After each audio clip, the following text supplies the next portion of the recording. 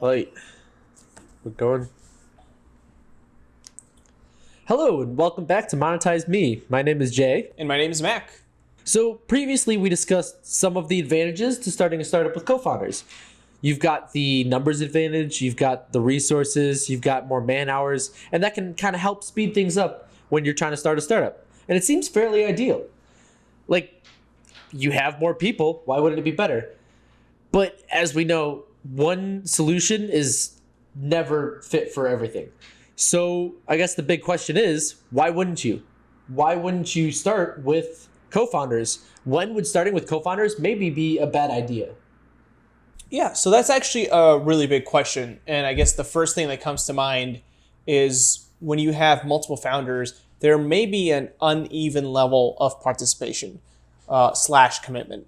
So because different founders play different roles, you can have this discrepancy where it seems like I'm putting in a lot more effort than the marketing founder, for example. So me as a technical founder, I'm putting in maybe 120 hours a week to produce the app that we're working on, while the marketing founder is putting in maybe 20 hours a week to work on the marketing campaign, right?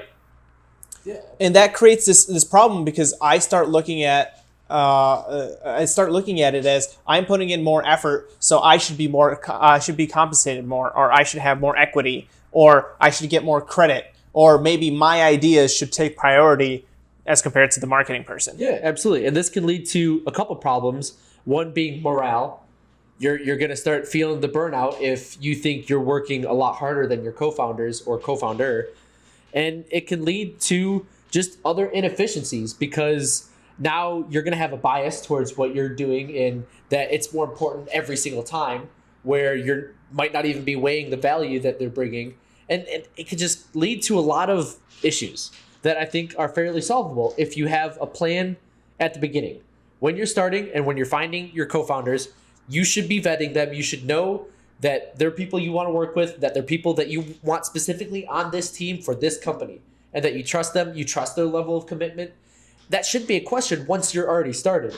And you should already have everything out of the way in terms of the equity split and the compensation. You should already know, hey, they're bringing this much value in these parts, and I bring this much value in these parts, and they're bringing this much value in those parts.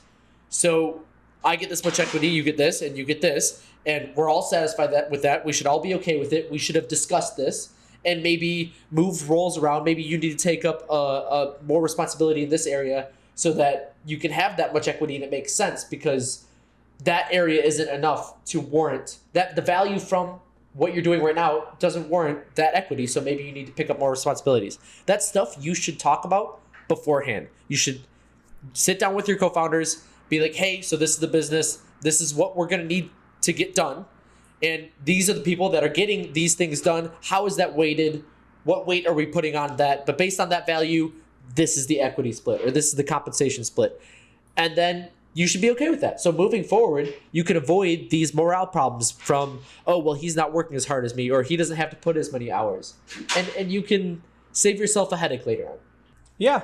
But even when you do plan, it's such good advice to have all these things planned out because you avoid problems. But even when you do plan things like your equity, you plan your roles out, you plan your contribution, you still can run into disagreements and discontent because you have so many different perspectives coming in. You have different people coming in with their individualistic experiences, their individualistic skill sets, their worldview, and it just creates this just problem waiting to be happen, right? Yeah. It just everybody has their own mindset and goals and visions for the company, and you can have a lot of friction among the founders, where one person is looking at it from a marketing perspective and saying, this is what we should do. The other person is looking at it from a technical perspective and saying, that does not make any sense. It's too complex. It's too complicated. This is what we should do, right? Yeah. And in order to mitigate that, you have to kind of segment out the company again. So plan it out, segment it out into different roles, and not micromanage the other founders, right? Yes, I think ownership should be very emphasized in a startup. You should know exactly who owns what, and the owner gets the final say. So if I own the technical aspect of this company, I get the final say in what we're using to build it, how we're building it, maybe how we're implementing features. Maybe not the entire vision of the company we should discuss, but in terms of what needs to be done technically, I'm the owner, I've got the final say, which means I should not be micromanaging my salesperson. If they're doing it some certain way and I have questions, maybe I could ask them, hold them accountable, make sure that they're doing the work, make sure that they're outputting the value that we need, but I should not be micromanaging or trying to be like, no, you need to do it this way so that we can do this way, and trying to do their job for them. Because then what are they there for? If I'm going to micromanage and basically show them how to do their job, why are they on the team? Because maybe that's something I can do, and they shouldn't have been a co-founder to begin with. Why are they there? If you're going to bring them on, let them do their job. They know how to do it, and arguably they know how to do it better than you. You need to focus on ownership and make sure that everybody feels like their decisions are valued. Yeah, and I mean, with that, you have to trust your founders, right? Absolutely. So another major problem that co-founding teams face is that there's trust issues. One founder might think that the other founder just does not know how to do their job well, right? They don't really know how to manage their responsibilities. They just don't trust them. So this is another really big step in the beginning before you bring somebody on is how much do I trust this person? Can I put my trust in him to do his job, right? Do I think they're competent enough? I don't want to micromanage them. That if you're micromanaging another founder, that's not a founder, that's an employee. Yeah. You shouldn't you're a be. manager. Yeah, you shouldn't be micromanaging your co-founders. They should be independent. They should have ownership. You should trust them to do their job. Yeah, absolutely. And it goes back to communication. A lot of the problems that you're going to have as a startup with multiple founders can lead back to, well, are you communicating correctly? Are you transparent? Do you all know what you're working on? Are you on the same page working together? Or is there friction because there's these disagreements that maybe aren't warranted to begin with? And yeah, it does come back to trust too, where, well, do I trust them? And one way you could kind of mitigate that is maybe go into business with people you know or have a history with. Maybe not the best of friends, maybe your best friends, maybe some friends, maybe just people that you've been acquainted with for a couple of years. You've worked with them on a couple projects. You have that underlying sense of trust because you know them and you've had time to get to know them. So it's not like you're bringing on a stranger to co-found a business and have to get to know them during that process. You have that background of, yeah, I know your work ethic. I kind of know how you think, your personality. So it should be easier. But this can also lead to some problems around keeping your personal relationships separate from your business relationships, which is key when you're starting a startup, especially if you're going into a startup with friends. But also, if you're around your co-founders all day, they're probably going to end up being friends. Like, you're all in this together. You're creating these relationships. You need to make sure that you keep business and personal relationships separate. That means that you don't need to feel like you're being attacked personally if someone criticizes you. If someone criticizes my work, I should trust them and know that they have the company's best interest in mind. And I should be like, oh, maybe they have a point. Do I need to do something different? Or explain how I'm doing it. It should all be very logical, very transactional. Like, hey, this is the critique you gave me, but this is why I think we needed it. We should discuss. You should never take it personally, and definitely don't make business decisions around personal feelings. You should never bring emotion or personal relationships when it comes to splitting out equity, compensation, or roles. You should be thinking about it in a very business logical perspective and try to avoid mixing like life and personal relationships with your business. Yeah, and I mean, you should always choose hard business facts over personal feelings. Absolutely. Right? So if you feel like if you feel like somebody on the team, for example, this is just an example, if you feel like somebody on the team should get more equity because you feel bad for them, but it doesn't make sense from a business perspective, why are you going to give them? Don't make that decision. Yeah. That's not a decision you should be making because that's a bad decision when it comes to a business. At the end of the day, this is a business you're trying to run, right? Yeah. At the end of the day, that's what matters. Yeah. And I mean, the other side of it is you also don't want to discount people and not make them feel heard. If somebody has opinions or perspectives, you should always consider those opinions and perspectives and not just dismiss them because, oh, I know what's best for the business, for example. Yeah. Or I have all the hard facts. Those opinions and perspectives can bring can basically make you see things in a different light. Yeah. And that's just the business benefit. The other benefit is that when people feel like they're heard, that increases the morale because they feel like they're contributing to the company, right? Yeah. Yes, my idea might not have been used, but it was acknowledged, and the person who was going to make the decision on that listened, and they decided to go a different way because, again, I don't take it personally. It's best for the business. Yeah. Again, every co-founder should know that the other co-founders have the business's best interest at heart. Whether or not their actions provided the best value or the best decision for the business, that might be debatable, and maybe you want to bring that up. But you should never question your co-founder's dedication or their drive or how badly they want it or whether or not they want the companies to succeed, because they have equity. Of course they want the business to succeed. They stand to make a lot from it. So you shouldn't go into it being like, oh, well, I care about this more than they do, and that's why I'm right. Come into it with your numbers, your value, like, hey, this is the value that we're getting if we do it this way, and the way you're doing it I don't think is gonna be doing these things. Should we reconsider? You should have those open discussions to avoid these things from happening. Yeah. Yeah, so another thing is decision making.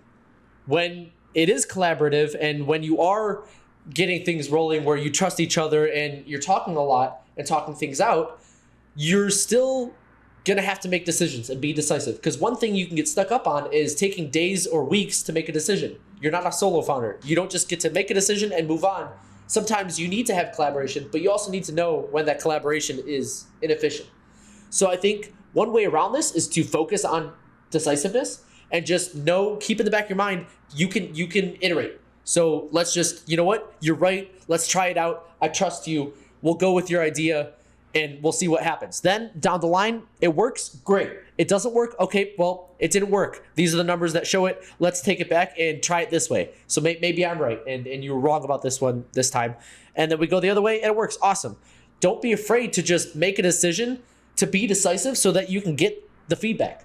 Because like we talked about with the lean startup, a lot of startup methodologies and a lot of startup success relies on feedback, on iterating. So if you're taking a long time to make decisions, then that's time you're wasting where you could have been getting feedback. And maybe you're right, maybe you're wrong, but you won't know until you make that decision. You could have made that decision, saw the feedback, realized it was wrong, make another decision, saw the feedback, and realized it was right before you made the initial decision, if you're taking too long.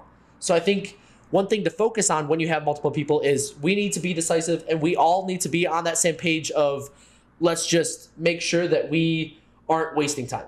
Yeah, so the advantage you have as a startup is that you can pivot fast, right? So as you talked about before, make a decision fast and make the easy decision and make it fast, right? Yep.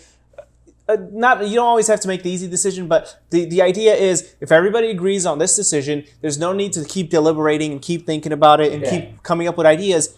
Execute, right? And then later on, if it doesn't work out, it doesn't work out. You just pivot, as you said. And that's the advantage you have as a startup. Yeah, build it now and optimize it later. Why are you optimizing it? You don't know if it works. You don't know if that accomplishes what we need to get done. Why are you trying to optimize all these different efficiencies? Like, it doesn't matter because we don't even know if that's necessary. Work, yeah.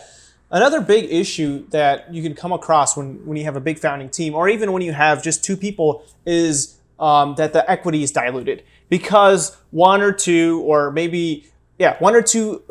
founders are just underperforming. They're not bringing in the results, and they're soaking up a lot of equity. So again, like we talked about in the beginning, preparing and kind of mapping all these things out, mapping out the equity, mapping out the roles, helps with keeping the equity, how would you say it, insane? Distributed correctly. Distributed correctly, and so that when an outside investor comes in later on, if you want to bring in an outside investor, you have a pool of equity to bring to give them, and also they see that you've divided up the equity in a smart way. Right? Yeah. If investors like, whoa, why aren't you splitting this evenly? And you show them all the points of things that need to get done, their values based on what your company's trying to accomplish, and who's filling which roles and why they have the equity, and you show them that, great, that solves it. You've thought about this. It's not like a mindless decision where, well, it was my idea, so I get 80%, and you guys split 20%. No, it's I'm working on this, so I got this much equity. He's working on this with me and these, so he got this much, and they're working on this, so they got that much. It's split. We put thought into it. There's value and numbers behind it. There's reasoning. It was logical. It makes sense. If you get that out of the way in the beginning, it's not going to become a problem later on. If you don't get that out of the way in the beginning, it will be a problem later on. No matter what, there is no way around equity becoming a problem if people don't know what equity they have. Exactly. If you got co-founders and you haven't talked about how you're going to divvy up the business, maybe one person assumes it's 50-50 and the other person assumed it's 60-40. That's going to cause a lot of tension later on, which will lead to morale issues, which will lead to inefficiencies, which will ultimately lead to a success maybe failing. So the best thing to do is to be prepared for the equity divide and also be prepared for an exit plan. Yeah. Right? You can't assume that the founder is going to be around forever.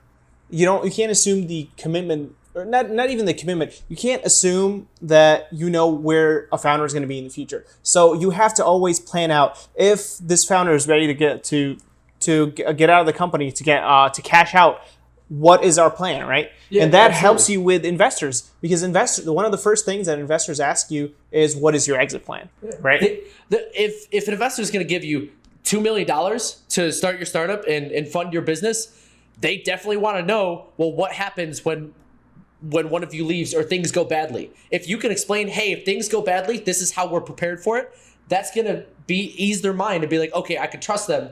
Because if you have no plans for when things go badly and you're expecting everything to go smoothly, an investor is going to be like, no, I don't trust you with $2 million if you're not preparing for the worst. Obviously, we hope the worst doesn't happen, but if you're not even preparing, I'm not giving you the money.